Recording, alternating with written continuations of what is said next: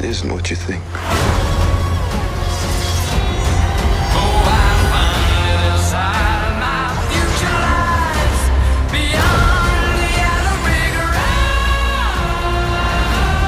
I can get you home.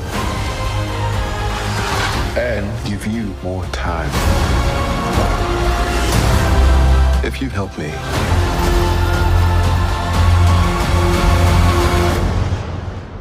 So, what's it gonna be? Ant-Man. An unexpected trip into the quantum realm unveils the MCU's next big baddie in Kang the Conqueror. And this edition of Talking About the Movies, we're talking about the first film of Phase 5 of the Marvel Cinematic Universe, which is Ant-Man and the Wasp Quantumania.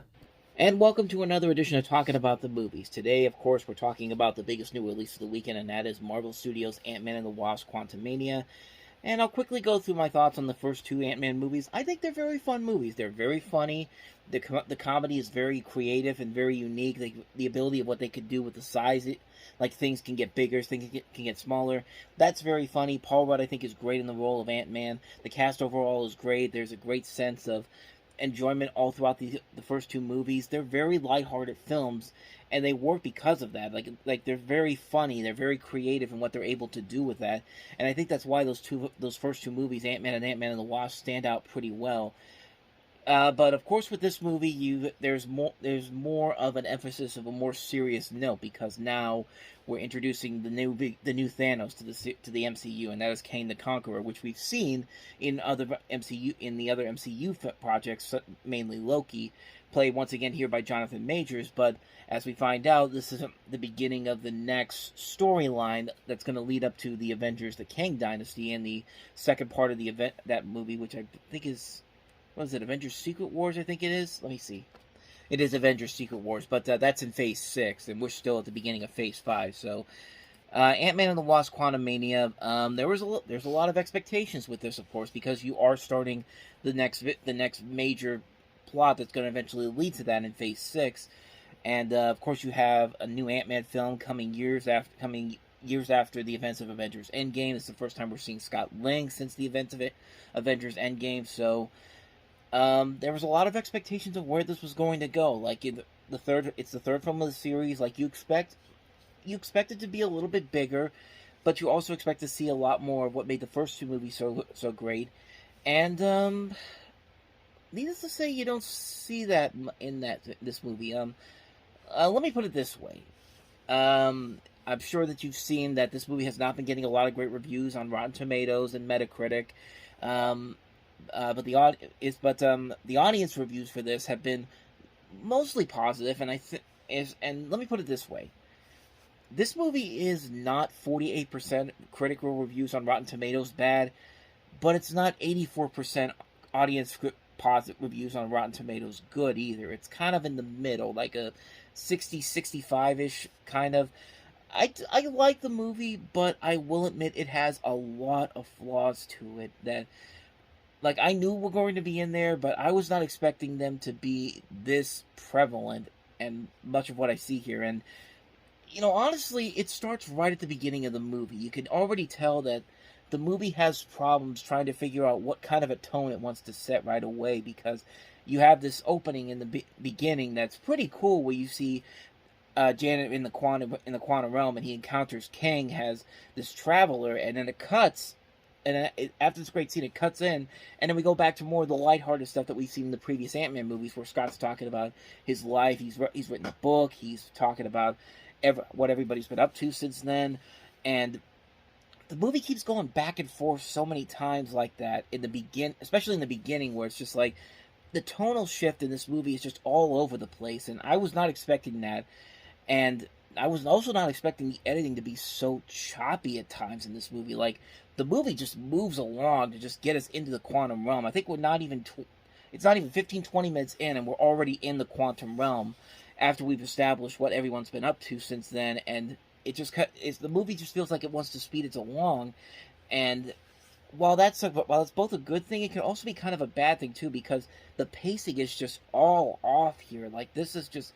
Like, it's just a weird thing to have in this movie, to have the editing so all over the place, and even the action sequences in this movie are not really edited all that well, especially in the climax of the movie. It's just like the whole movie feels like it just wants to rush along, and you're supposed to be introducing this new big baddie to the storyline here, and you just want to rush this along. Like this movie feels like it's in a hurry to get out of here or something like that, but it just felt weird. That was one of the early things that I noticed that this movie was off on.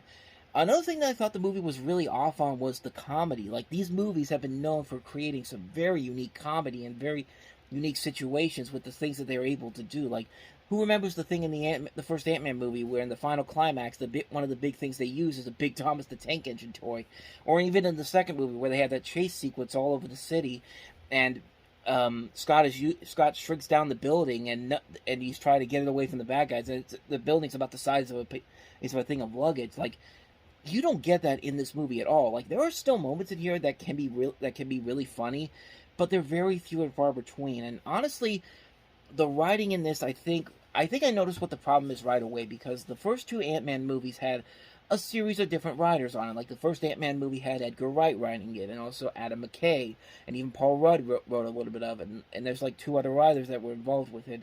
And the second movie, it's pretty much the same thing. They have a different set of writers along with Paul Rudd. Here, though, it's just one writer. It's Jeff Loveness, and you could definitely tell that he worked on Rick and Morty, because this movie does feel a lot like Rick and Morty, like when they go to these different universes and all that. He also wrote a lot for Jimmy Kimmel Live, and he's the only credited writer on here. And I don't like this idea that that they get one writer here to do this type of a story, because what made the other movies work is you have these other series of writers on here that could easily balance it out. But now you just have this one guy here, and I don't know. I just don't think it worked out as well as I think they wanted it to. I mean, not to say that he's not a bad writer, but I think you needed another writer or two to really make this work better.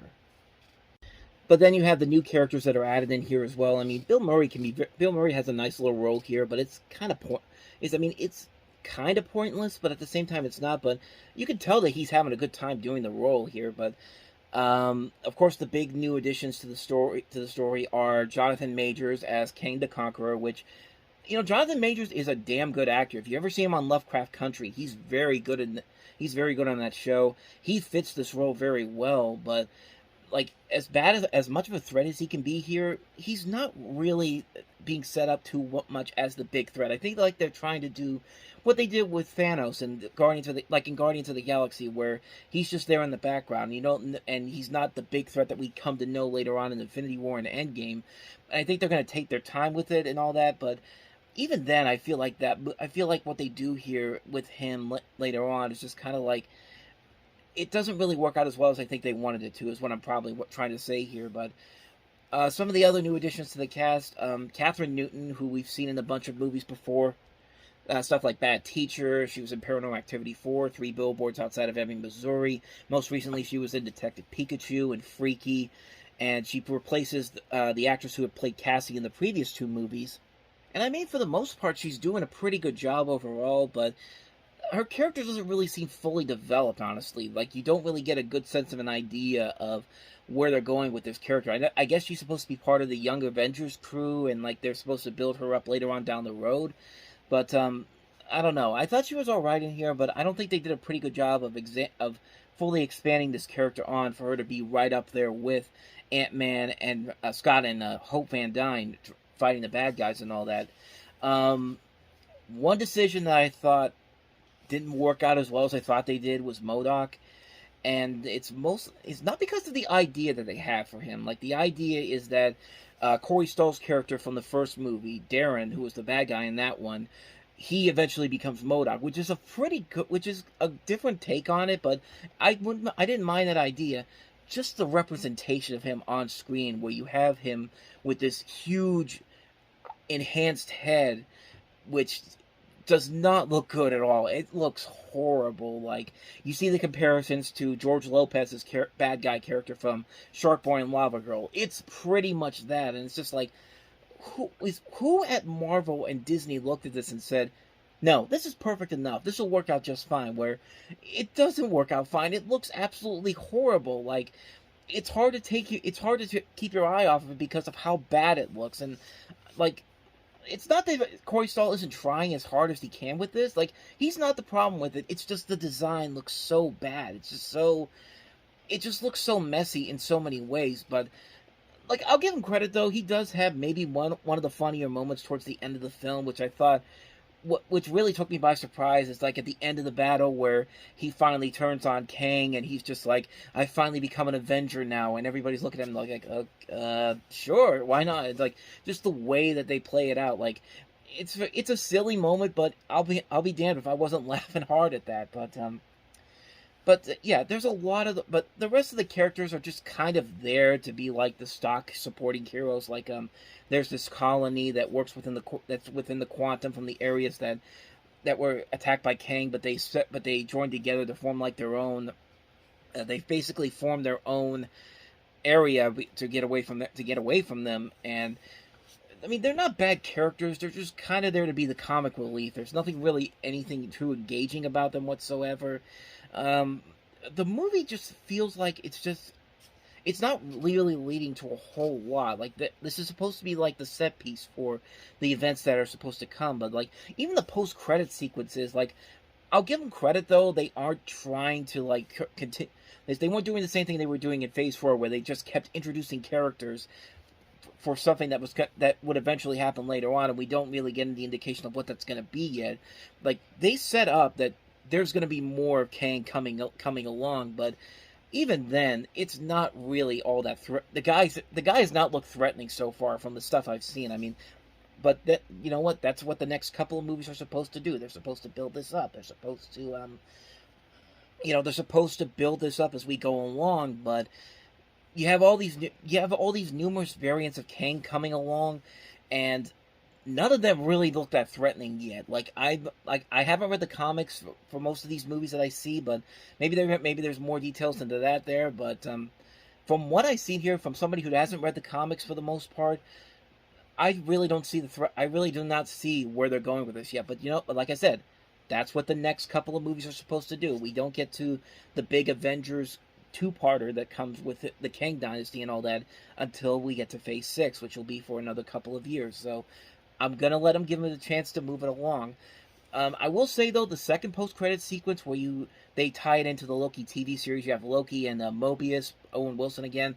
They spot Victor Timely, who's the man that eventually sets up Kang for the eventual conquest that's to come. I did like that. I like that they're teasing the eventual season 2 that we're getting for Loki there, and I like that they're going to go back and they're going to delve more into that later on, because Loki was a good TV show for the first season. And yeah, my overall thoughts on the movie is that it's just passable. Like, it's just a passable movie. There's nothing that groundbreaking about it. There's nothing really all that spectacular about it.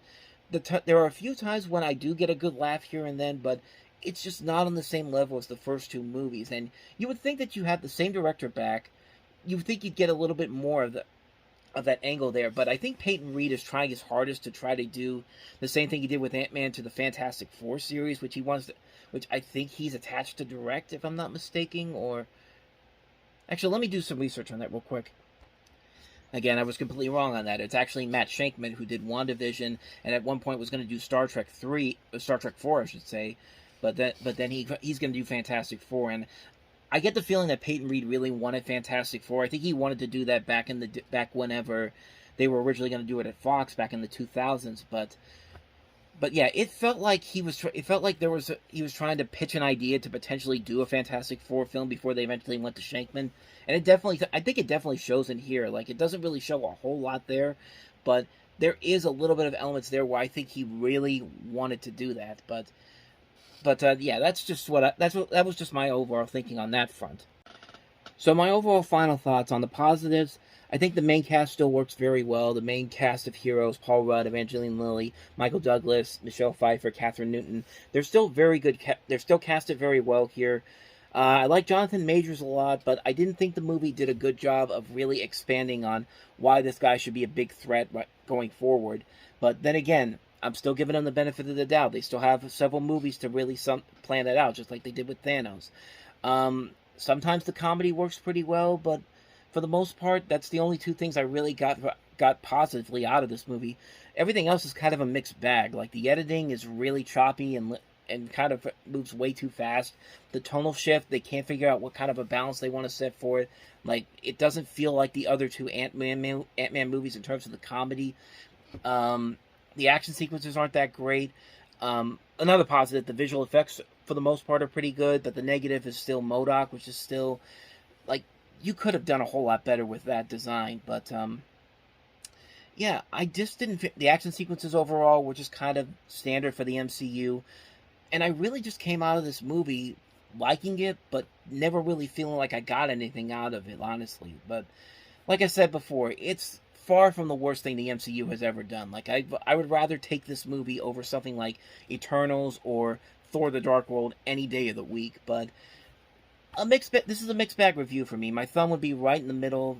I liked it, but I'm not really like super over the moon with it. I'm just kind of in the middle of it, like I said, 60-65%. Like, it just feels like there was so much potential there.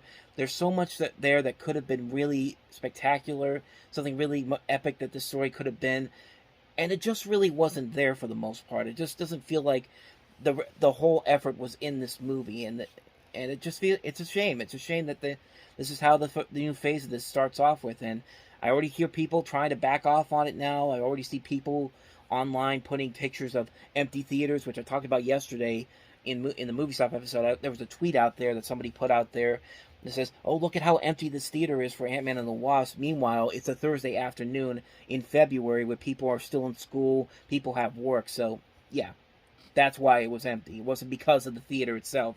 The theater I went to see this movie in was packed. So, I mean, I'll give them credit though. Like, I think the audiences, there is a reason why you still get invested in this, and I think kids can still get invested into this. There still is a lot there for people to like about these movies, but I think they really need to take a good look at themselves and see that there are a lot of things that need to be addressed. There are a lot of things that need to be fully realized here, and realize that, hey, maybe we should fix this, or maybe we should fix some things here. But like I said, it's an okay experience, but it definitely could have been a whole lot better. So that's my thoughts on Ant-Man and the Wasp: Quantumania. Let me know what you guys think below in the comments, because I really would like to hear your thoughts on the film. Did you feel like I did? Did you feel like it was a very mixed bag? Did you really like it? Did you really hate it? I would love to know. Let me know in the comments below.